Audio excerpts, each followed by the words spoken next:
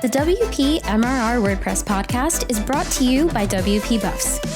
WP Buffs manages WordPress websites 24/7 and powers digital growth for agencies, freelancers, and WordPress professionals. Join our white label program, and by next week, you could be offering 24/7 white label website support to your clients and passively growing your monthly recurring revenue. Or become a WP Buffs affiliate to earn 10% monthly payouts every month for the lifetime of every client. And finally, if you're looking to sell your WordPress business or website, check out the WP Buffs acquisition unit. Learn more about all three at wpbuffs.com. Yo, listeners, welcome back to the WPMRR WordPress podcast. I'm Joe. And I'm Princess Leah. And you're listening to the WordPress Business Podcast. Princess Leah on the podcast this week. What a badass. What's going on, Princess Leah? Oh, I thought it was Friday, but it's not. It's just Thursday. That happens to me a lot. I think we're going to talk a lot about remote work and all that in this episode, but I'm always kind of like, what day is it today? Like, it must be Friday, but you're good because it's only Thursday. Sometimes it's like a Tuesday and I'm like, is it Friday today? No, it's not at all. You know what though? It's Friday in Australia, so we're not wrong. Hey, there you go. Using time zones to our advantage. Another. We can tell you're a remote person already. So yeah, cool. Well, Leah, very nice to have you on the podcast. Also known as Leah Knobler. So Leah, you picked Leah before the podcast episode because your name is spelled Leah, but pronounced Leah. So it's a nice way to introduce your name and actually how you say it. I wanted to bring Leah on the podcast. We actually met because I kind of randomly DM'd you in a random Slack group. We're both part of this kind of like running a remote company Slack group. I should actually probably look it up and I can see what it is. It's just like remote people or remote people ops or something like that. I'm sure if listeners are here, if you email us into the show, yo@wpmr.com, I'm sure we could get you an invite if you're trying to learn more about remote stuff. But uh-oh. Weather alert. I'm actually getting, wow, this is actually hilarious, Leah. I'm on my, people can probably hear that beeping, that super loud beep. Before the podcast, it got super dark here in my area and it's like almost black outside. It's only like 3:30 in the afternoon. I was like, Leah, if my internet craps out or my power goes out, like we'll have to reschedule this. I'm so sorry. So we're going to try and get through this storm. But this might be the first podcast with a tornado in the background. Who knows? This is it. We've done some live episodes before, but this may be a little bit more background noise than people are used to. All right, cool. So we're part of this remote Slack group. And I just kind of DM'd you on there recently. And I was just like, oh, like you work at this company. I would love to talk to you a little bit more about what you do at that company and how you're involved in remote work and kind of HR and culture building in that organization. So maybe we can start off, just tell the folks out there what you're up to professionally. Yeah. Thank you. So yeah, I'm on the People Ops team at Help Scout. We're a small but mighty team, and Help Scout is a software company, and we make really helpful human customer support tools. We are officially now 90 people all over the world. Wow, 90 people. A lot of there are a good number of people listening who are on small teams, maybe 5, 10 even. WP Buffs is like 15 right now, but 90 is like a whole nother can of worms. Have you joined more recently, like in the last year or so, or have you been there for a little while when you had fewer people on the team? Yeah, so it'll be my 4-year anniversary this July, so pretty soon. Ooh. Yeah, so I think I was about, person 24 or so. So I've seen some things. Yeah, for sure. Cool. I'd love to even dig into that a little bit more and learn a bit and just hear a little bit about the changes you felt like you've gone through going from 24 people to 90 or 90 plus people. Were you hired to do also what you're doing right now? Do you have the same position? More or less. Yeah. Gotcha. So, wow. So Help Scout was focusing on HR early on, or culture building HR early on. Exactly. I think in that sense, we are very lucky that our 3 co-founders, wanted to not only build, an awesome product, but they really wanted to build an awesome company. And, early on knew that doesn't happen by itself. It does take a lot of intentionality and people whose job it is to think about that. And so at 24 people, we already had technically 3 people ops people. One was sort of more focused on, kind of finance and more HR-y things, but still, like, there are a lot of companies at 90 that have 0 people ops people. So I think it's made a huge difference. And, I think that's why our company culture is so strong, is just that investment from day one. Yeah, that's cool. At 14 or 15 people, I'm already starting to feel like we really just need, like, maybe not a full-time dedicated HR or like people ops person, but we at least need someone who's like 50% on there's a lot of stuff to do around people optimization. And I try not to say that in like a too data-driven way, because people are complicated and it's not just about the numbers, but literally just in terms of like helping to manage the team and make sure everyone's in a place and has the opportunity to perform at a high level and to be happy working in your company. I think is really important.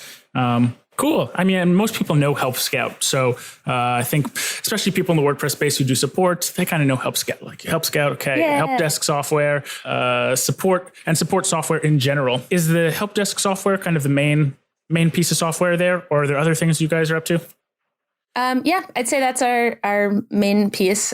We do have a component of that called Beacon that we're really excited about and always making better. That's, a more thoughtful way to do a chatbot situation, and like so many are poorly done, and ours, obviously I'm biased, but is just a smarter way to do it. That's, being more transparent with your customers, actually letting them know if there's a real person there or if you're emailing in, and then also providing, embedded docs knowledge so that they can still try to just solve their own problem.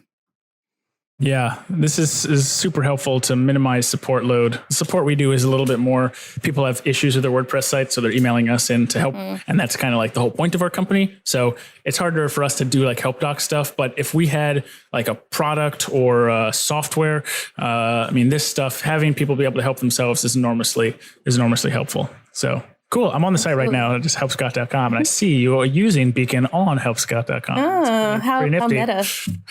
Yeah. Cool. So, okay, let's kind of be tangented a little bit, but I want to go back to the 90 people at Help Scout. You were 24. I'd love to hear about a little bit more about kind of that change from 24 to 90 and what that's looked like in terms of like your position. What are like the big things you've had to tackle as you've grown to such almost 100 people? Yeah, I'm like, where to begin? Let's see. Yeah. I think the biggest growing pain we've experienced, and we're not unique in that, is just communication and collaboration. Just the more people involved, the harder it gets. And, communication can easily get diluted, or, you start forgetting to bring in the right people at the right time. And then I think some people would argue, well, also doing that without an office makes it even harder. I don't think it's necessarily true. I don't think the office matters. A lot of folks I know who work in offices say they have the same problems with communication and collaboration. So if anything, I think remote teams, we're more intentional about all of this, and we're thinking about it all the time since we know we don't have an office. But it's still a struggle. When you're a 25-person company, just about everyone can probably know what's going on everywhere in the business. There's just, less people, so you know what's going on.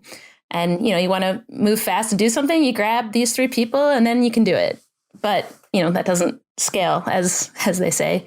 And as teams get bigger and projects get meatier, there just needs to be, more thoughtfulness there and more structure and more process. And I think our team from the early days loved not having too many guidelines and too many processes, but that's just what happens. The bigger you get, you kind of need structure and you kind of need some guidelines. So we're trying to find that happy medium for our company. And so I'd say, that's probably the biggest thing you notice. And just that, the bigger you get, not everyone can know everybody else intimately. You can do your best to make that happen, but it's just the nature of the beast. And so a lot of the stuff I think about are, ways to keep everyone at least knowing each other a little bit. So we do something we call fika, which is a lovely Swedish word for having, a break with somebody and you get coffee and a pastry of some kind. And one of someone early on at Help Scout was Swedish and gifted us that term that we still use. But it's, essentially in Slack, we have a fika channel. And if you're in there, we have a bot, Thank You Donut, who automatically pairs us in, a monthly cadence. And then you are just supposed to have a video chat with them about nothing work related. And it's just a nice way to automate As you get bigger, when I first started, I paired everybody, which was madness. And then, Right. I remember we hit like 50 people and I was like, I am wasting too much time pairing people up for these things. I have other things to do. So luckily, yeah, there's solutions for that. And we still do it. And people really love that and getting a chance to just meet everyone across the company. And then I also every month do something I affectionately call our troop talks, which is probably a terrible name, but help scout. We're scouts, so a troop talk. But yeah, keep it branded. Yeah, exactly, on brand. But I think of like a fun question or topic, question starter, icebreaker situation, and then everyone hops on Zoom at a time.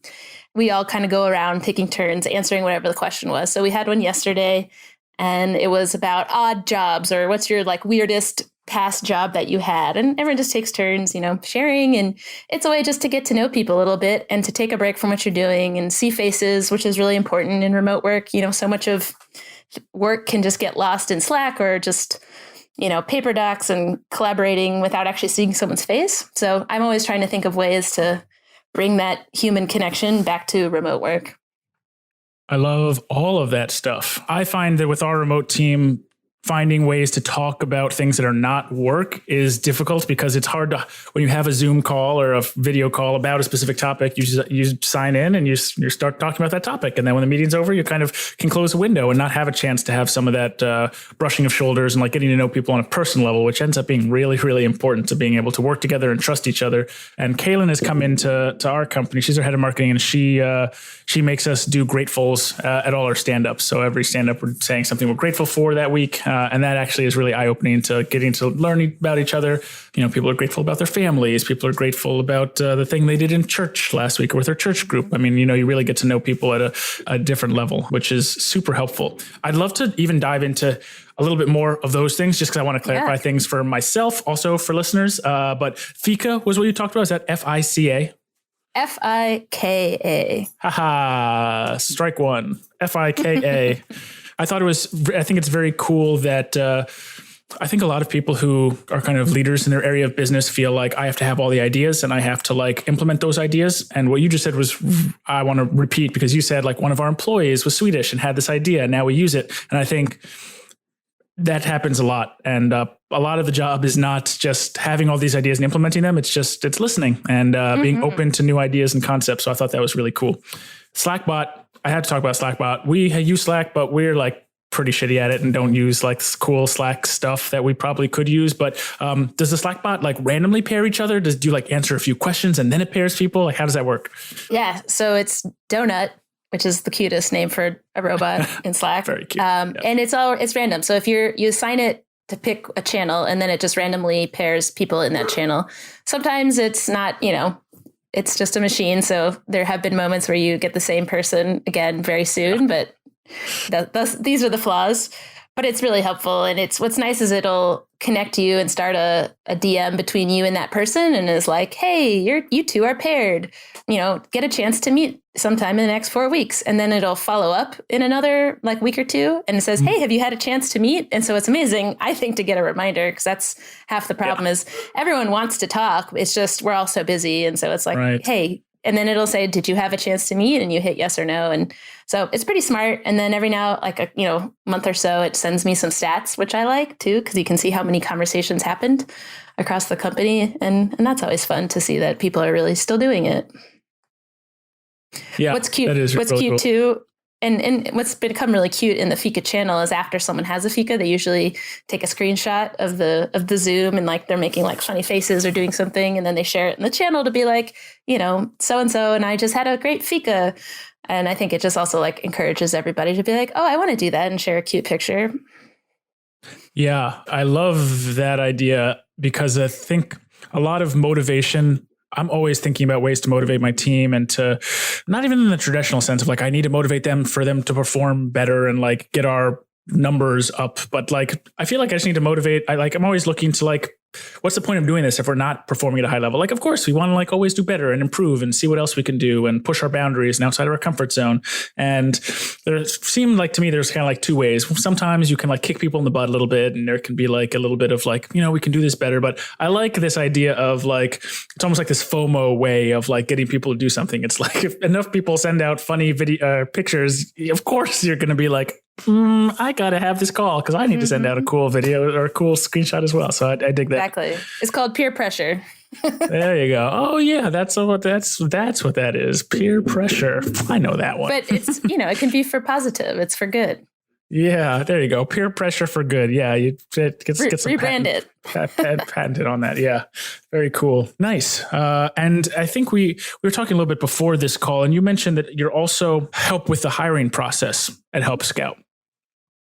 What's the evolution of that been like? Kind of going from, I guess, 24 to 90, but just like in general, we have some hiring's hard. I figured out. Yeah. It's really not easy at all. And to find people who are not only a good fit for you, for your company culturally, but who are not like just really good at interviews, but are actually good performers and are at like the right time to like really want to join your company and are going to have a high impact there. And I mean, there's just so many factors. That's like 3 things I said, but I feel like there are 100.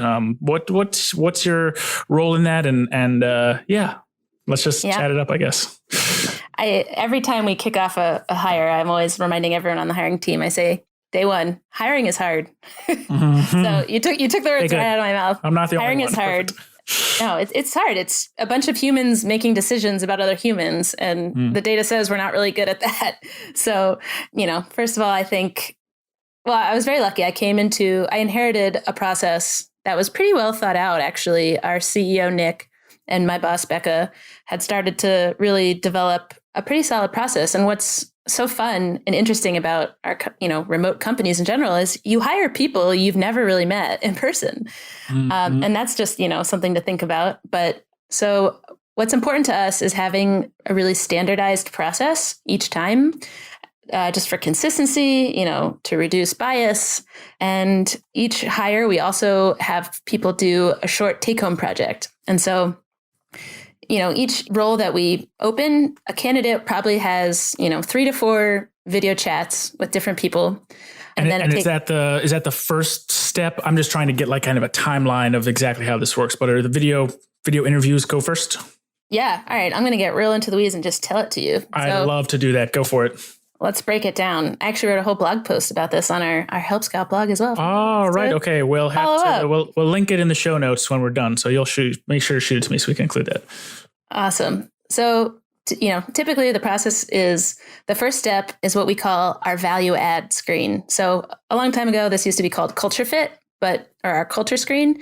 But a lot of the writing out there and best practice is to move away from calling anything culture fit, because you tend to then think about it as like, who can we hire who's just like us? And for most tech companies, that means you're male and you're white. And Help Scout certainly had that problem also, but we can get to that later.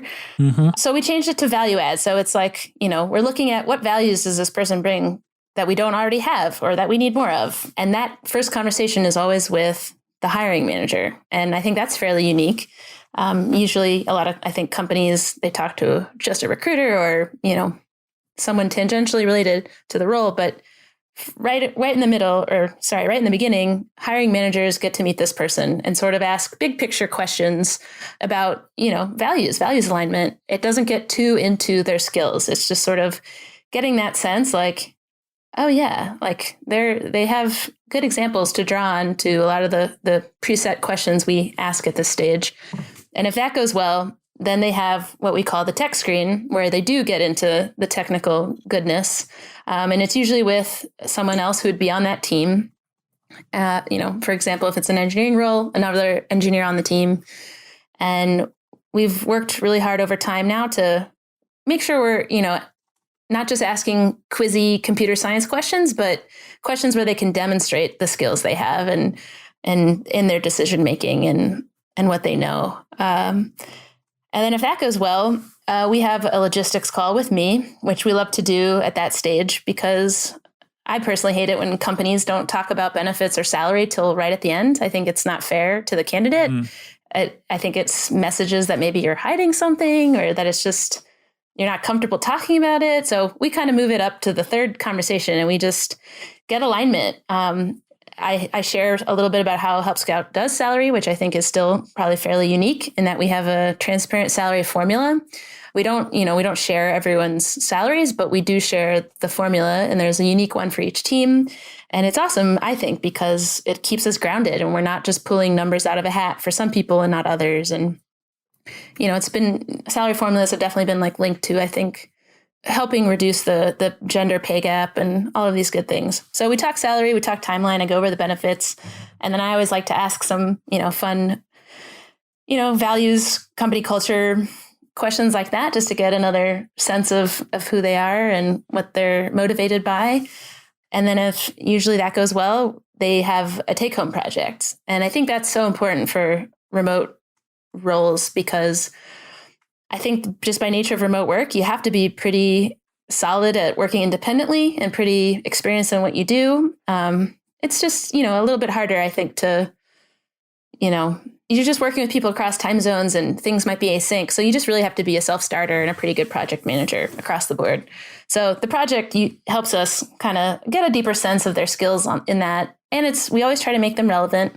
So it's not wasting their time. And we always now cap how much time we ask them to spend on this because, people are already working probably. They have families, they have kids, they have needs. So we want to be as respectful as we can and not ask too much, but enough so that we can, get a sense of what they're able to do and give them a taste of like, hey, is this the work you'd want to do? So I really see it as a two-way street. And what we recently did that I love is we pay everyone for their time. So we ask them to keep track and then they invoice us. And it's nothing, breaking the bank or anything, but it's a gesture that we appreciate their time and energy. And I think that means a lot. And then we'll have other folks on that team once we get, projects back, review them. Whenever possible, we try to remove any identifying information from the project so that the rest of the team, doesn't know who this project they're reviewing. Because sometimes, the project reviewer maybe was interviewing them. So again, a way to just reduce bias and try to, have just at that point, the project speak for itself.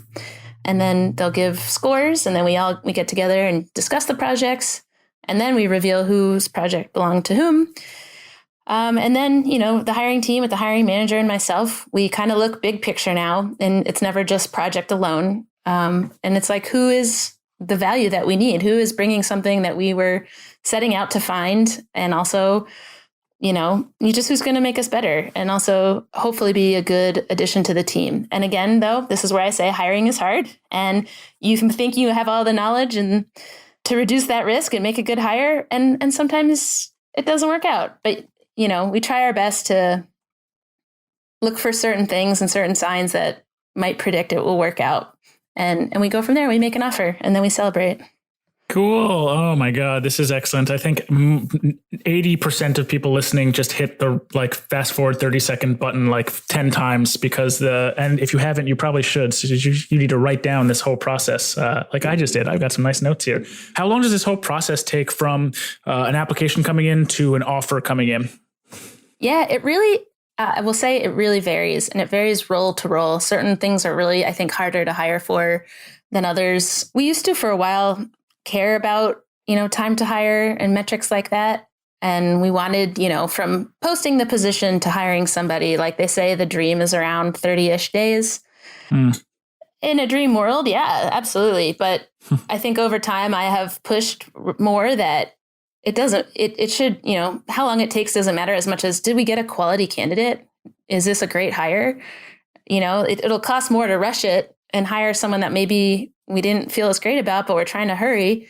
And if it doesn't work out, we do it all again. That's a lot of money and a lot of time. So I think everyone is bought into the value of being really deliberate and intentional and not rushing anything to make sure you're pretty solid on who you're bringing on board. So, a long answer to how long it takes, but ideally still though, 30 to 40 days, is good. Yeah, I dig it. And I think that's really important what you said, that if you rush the hiring process, you may hire someone faster, but they may not end up being a good fit. You spend 10 hours hiring someone, they don't end up being a good fit. You're going to spend another 10, 20, 30 hours really, again, looking for the right person. But if you spend 20 hours upfront looking for the right person, not only will you not have to repeat that time, but you'll have someone sooner. You'll be able to go through that onboarding, which, depending on the company, could be a couple weeks. But I mean, honestly, I started WP Buffs. I still feel like I'm onboarding. So, onboarding it's kind of somewhat never ending. But yeah, to be able to have someone be able to hit the ground running is important. And if the difference between someone who's really, really a right fit and someone who's, you're kind of tossing a coin in the air, that could make a big difference. Yeah, absolutely. Yes. All right. There was something else I wanted to touch on here. Salary formula, transparent salary formula. Very cool. There are a lot of companies that are starting to do this now. Help Scout's one of them. I know Buffer does something similar where they have a very transparent formula. Again, we'll link to the blog post. Maybe you have it that included in there, but you said you feel like this, and it is shown to kind of reduce things like the gender pay gap. Is that the kind of primary reason you started using it? Was it kind of something that candidates seemed to like? Was it just overall seemed to be a positive kind of net win for the company?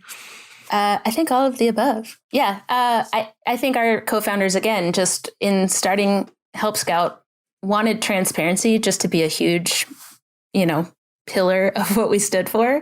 I think remote companies need to be really transparent, maybe more so. Well, no, all companies should be transparent. I know, but yes. Yeah, exactly. In a remote company, though, you just have to do it, I think, differently, right? Again, you don't have this office where everyone's coming to for some all hands to learn something. You have to have, a lot of shared public knowledge and resources that people can find whenever.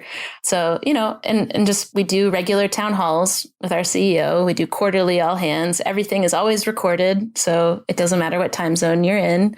So yeah, just transparency matters. And to really put your money where your mouth is, I think a transparent salary formula shows that you're really committed to transparency. It means that you've put a lot of time and effort into thinking about how you value positions, and then what career growth and what promotions and raises look like.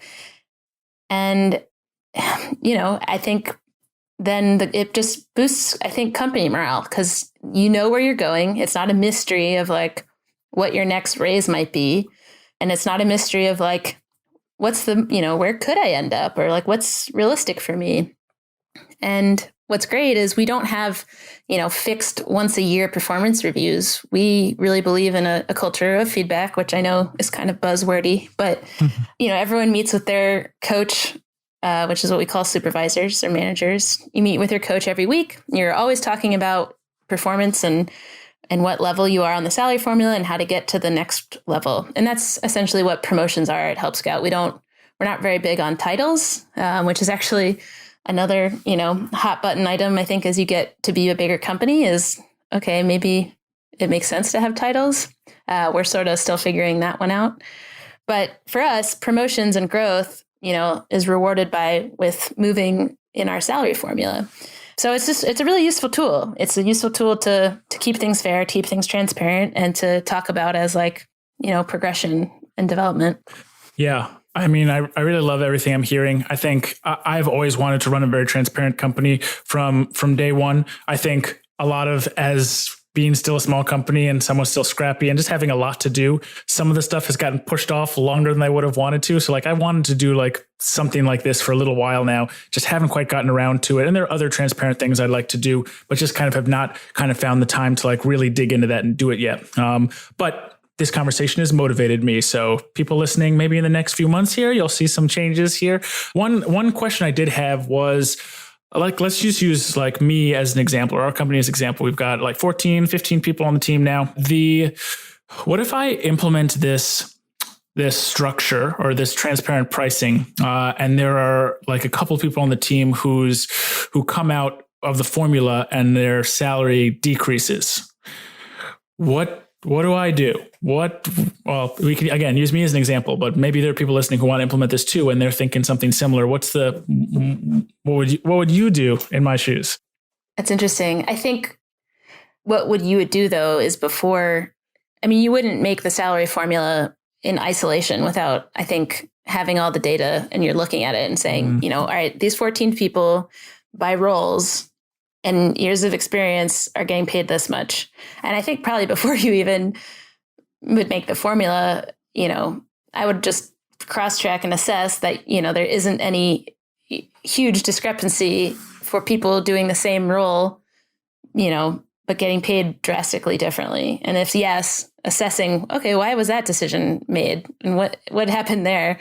And those are the things I think really have to correct and be mindful for. But typically, I think if you were to move to a transparent salary formula, I don't think you'd have that issue. I personally wouldn't feel comfortable lowering anyone's salary. I think it would be more, all right, well, everyone is going to be brought up to speed, up to level. I know for us, we largely picked our, salary numbers based on market rate data for Boston, as well as what is in line with our values. So it's not just alone, we picked Boston market rate, like the dream for us is we really want to get to like the 90th percentile of the Boston market rate, which is high. And because we want to hire excellent people, you got to pay them excellently. That's what I like to say. I'd say we're close, certainly compared to the Bay Area, we're probably, not as close, but I think a lot of the things they're doing out there are out of control. So yes, we can agree on that. Yeah. So I don't even want to talk about them actually. But, something I do love and to speak to our values is we pay our customer support people probably better than any company pays their customer support people. And that's because we value it. We see the worth of great customer support people and that it also drives revenue for our business. So, and there's some of the most technical people on our team. So trying to just, rewrite the norms about, a lot of people I think, oh, customer support, that's entry level and basic and the lowest paid. And so we're trying to flip that script because it's not the way to look at it.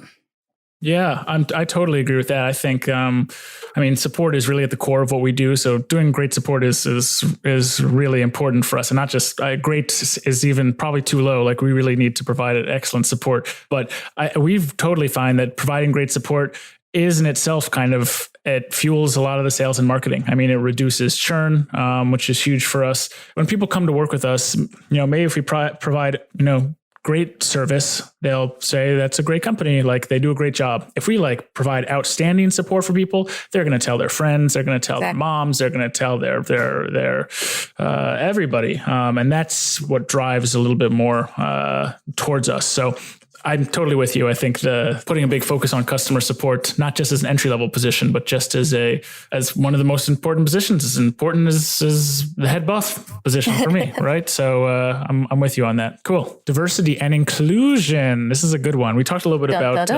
using that formula to do things like reduce the pay gender gap, which I think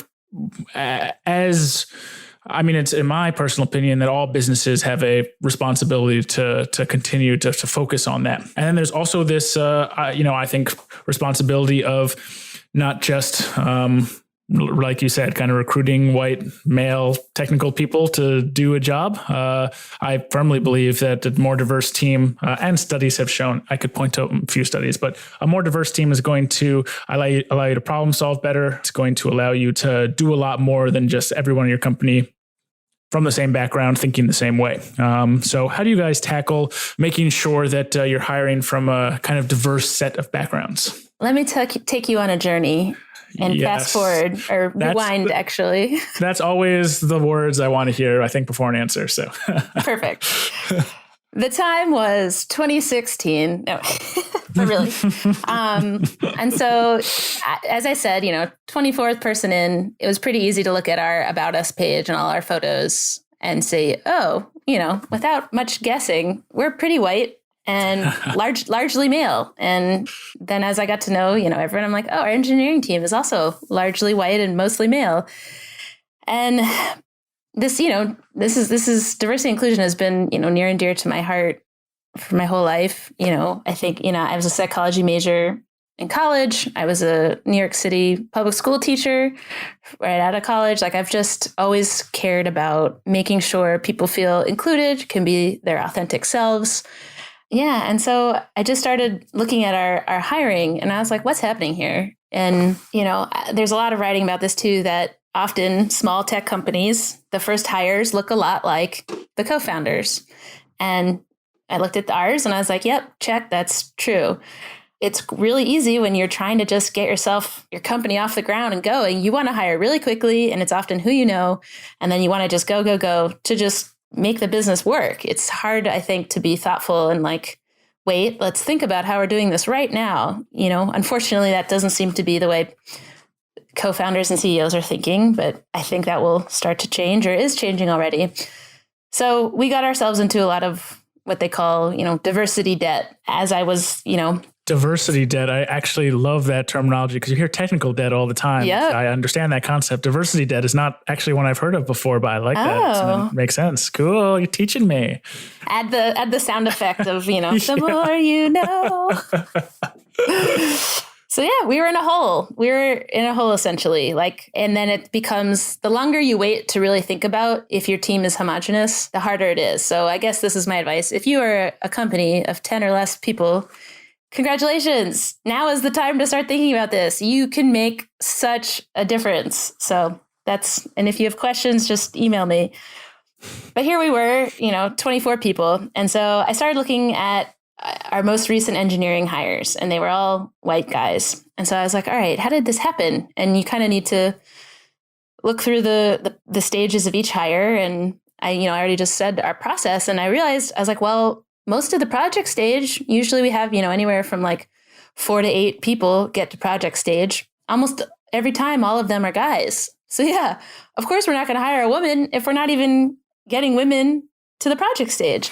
And so then I went even earlier, and I was like, okay, let's just look at who applies. And it was really, tedious work. And you can't officially know, because they don't, check a box like I am a man or I'm a woman when they apply. But you can, based on some assumptions, try to do some rough data calculations. And if we just opened a role, let's say a JavaScript engineer on our website, posted it on a few places, and just waited, easily we could get 100 to 300 applicants. And then I went through everyone who applied, and the number of women who applied, it was like less than 2%. Wow. So of course we're never going to hire a woman. It's like the chances of that are almost a miracle, really. Right. Absolutely. And so now that I had done all this, sleuthing of the problem, I was like, okay, well, I know, and I'm reading and I'm seeing there are lots of women and underrepresented minorities that exist in tech. Why aren't they coming to these jobs? All right. Right. Well, we're just, Help Scout's not hugely known, and a lot of them are already employed and perhaps happy where they are. Let's see what other companies are doing about this. And that's the beauty of the internet. I fell into a Googling hole and just read all these things about companies trying to diversify their engineering teams. And I stumbled across a blog post, I believe, by the VP of engineering at Gusto, where they were talking about some pretty radical moves they were making to work on this. And one of them was that they were dedicated to sourcing 100% female and underrepresented groups only. So anytime they were spent recruiting, they were only recruiting people from underrepresented groups. And I was like, that is something. So that's exactly what we need. Our problem is getting folks in the door and diversifying the candidate pool from the beginning. And it doesn't happen unless you are proactive. So I kind of put together a plan based on Gusto's efforts and some more things that I read, and I presented it to our CEO and my boss. And I was like, listen, we have never really recruited at Help Scout. We're only 24 people. This is new for us. I wasn't hired to be a recruiter, but I would like to add this to what I'm doing. And I want to go out there and find great people to add to this team. And, oh, by the way, I'm only going to reach out to women and underrepresented groups. And they're like, okay. Luckily, it wasn't a hard sell. And I showed them, I also showed them the data of like what's happening with our engineering hires as is. And I was like, we're never going to do it. It's never going to get better. Like something needs to change. So it was an easy thing to say, let's try it. And luckily, you know, we're really experimental at Help Scout too. So they were like, okay, go for it.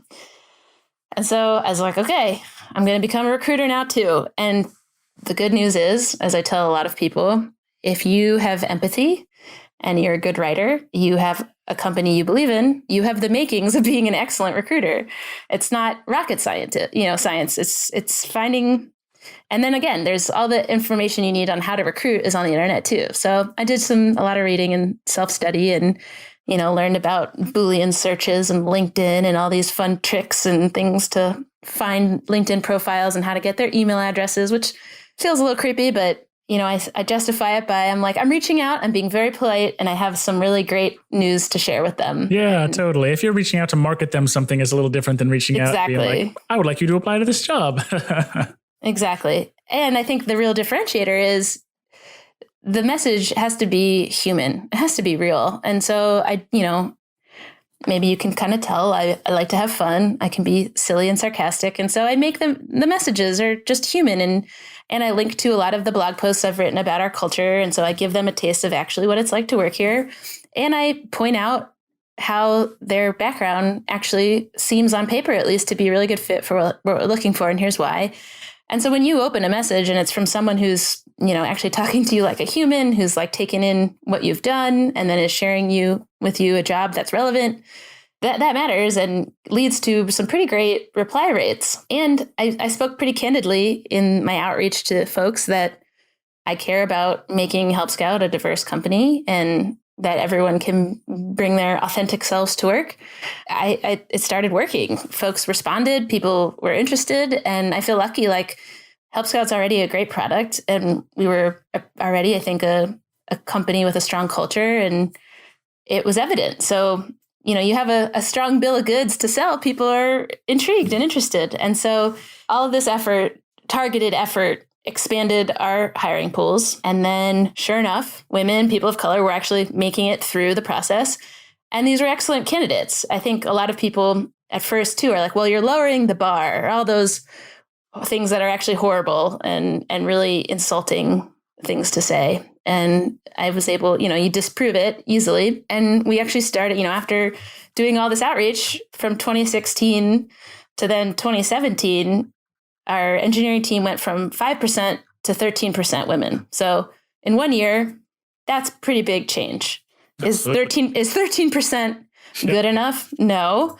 But I think with, you know, diversity and inclusion work, it's moving pebbles to move the mountain. You can't move the mountain really in a day or in a year. So, you know, starting in 2016 at 5%, and now we just concluded our most recent demographic survey, we're 23%. So again, now we have the story we're able to tell over time. And I can point to the fact that, yeah, it's because this targeted recruiting works. It makes the difference.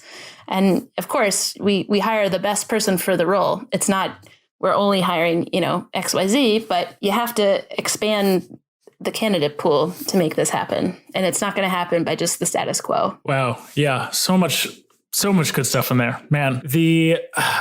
A question I have, and I guess kind of how I want to start to wrap up, is for people at small companies. Maybe people are agency owners of small agencies, maybe some even freelancers out there who are even thinking about like bringing on some contractors who may like turn into full-time people. But what kind of what small things can people do to start their recruiting of making sure that their team starts off diverse and doesn't even get to the point of having this diversity debt? Are there small things that little companies can do at the onset that maybe will help them to actually be able to find candidates from a diverse group of backgrounds when they don't have kind of the resources that Help Scout might have? You know, 3 people on the team with all these ideas. Maybe they're one person with like, you know, 5 hours a week to focus on doing more recruitment. What can people do in 5 hours that's small?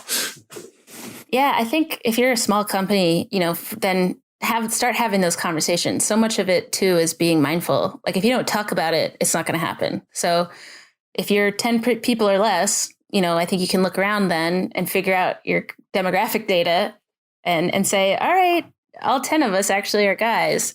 I think you need to start thinking about, okay, the next couple of hires, even more than we need to balance the ship and be intentional about that with each hire. So like talking about it and feeling comfortable talking about it. A lot of people you hear diversity inclusion, and I think it can charge a lot of emotions from people for different reasons. And I think the biggest fail would be just to ignore it because it might make you uncomfortable or it might be hard. I say lean into it. You're only going to be a better company for doing it. So yeah, the talking about it is so important. And then for us also, we started doing demographic surveys when we were, around 20 people. So it's better to not assume everyone's identities. And instead, even if you just have a Google form, there are really great examples of demographic surveys for free that you can copy that SurveyMonkey has, and you can just make a Google form and send it to your company and, make it optional, but ask that everyone fills it out. And then you get data on who's around you, who's working for you.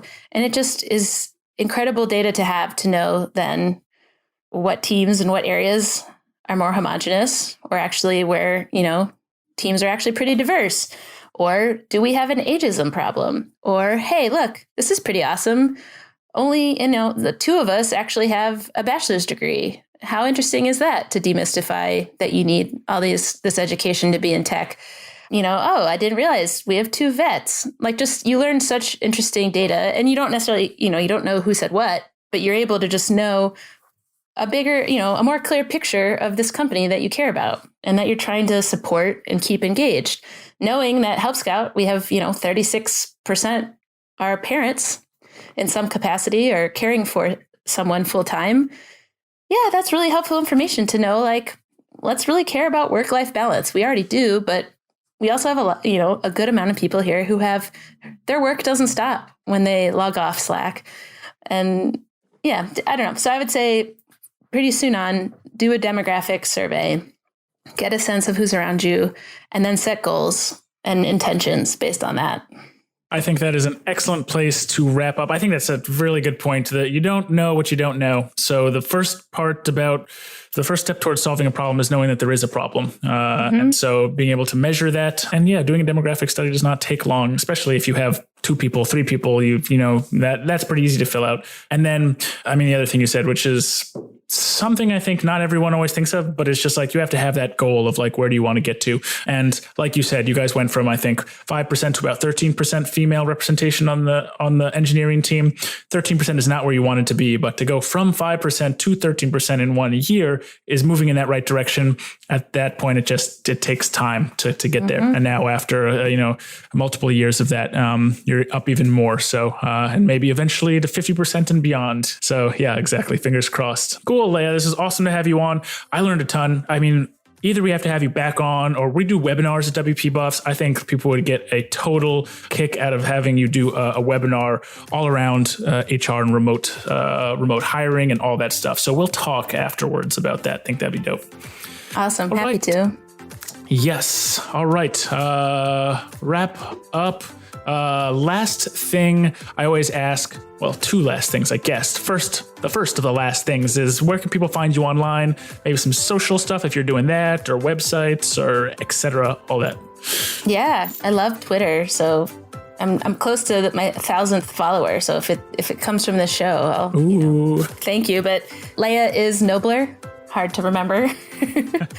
Follow me on Twitter. Feel free to send a LinkedIn request. Yeah, those are the main. Cool. I'm going to hover over and stalk your Twitter profile to wait until you're at 999, and then I'm going to make sure that I'm the 1,000th. So sorry, listeners. I hope that happens. Cool. And people can go to helpscout.com if they want to learn more about Help Scout. I think kind of previously known as kind of help desk software to help you with your support team, but looks like you guys are kind of growing into even more than that, kind of becoming a more all-in-one solution for talking with customers. So if you're interested in doing some more with that, feel free to check out Help Scout. They do some great work over there, and they have a very big focus on making sure their team is diverse and hiring great people. And did I mention they have a very transparent pay structure and all this amazing stuff. If you didn't know that, then I guess you fast forwarded through the episode. But cool. And Leah, last thing, I always have our guests ask our listeners for a little 5-star iTunes review. So if you wouldn't mind giving them a little ask, I would appreciate it. Right now, ask them. Right at this very moment. Please. And especially because of this episode, 5-star review. Yes, and in your comments, please tell us something you learned about this episode. Make sure you give Leah a shout out. That way we can send her a little screenshot and say, hey, look at this. Someone gave us a little review, and it was because of you. I may give our own podcast an awesome review for this episode because I totally learned a ton. Yes, all right. If you have any other questions for the show, feel free to email us in at yo@wpmrr.com. I do personally man that inbox, and I'll get back to you, like within some time, maybe not like today, but pretty soon. If you're a new listener, we have a ton of episodes. We have hundreds of hours of content, and you already binge your Netflix and Game of Thrones is over now. And so I guess if you haven't watched that, you can go back and binge that, but you shouldn't. You should go and binge something that's going to be helpful for growing your business. Go back through some old episodes. You don't have to listen to all of them, but choose a few that you're like, oh, this really applies to me right now. Go and give them a listen. WPMRR. We have a whole video course around helping people implement ongoing and recurring revenue into their business by selling these ongoing care plans like we do at WP Buffs. Pretty much open sourced that whole business and gave it to you in a nice video course. So if you're interested in doing that, feel free to check it out and make sure you grab that 30% discount on the website. That is all for this week. We will catch you all next Tuesday. Leah, thanks again. It's been real. Yay. Bye.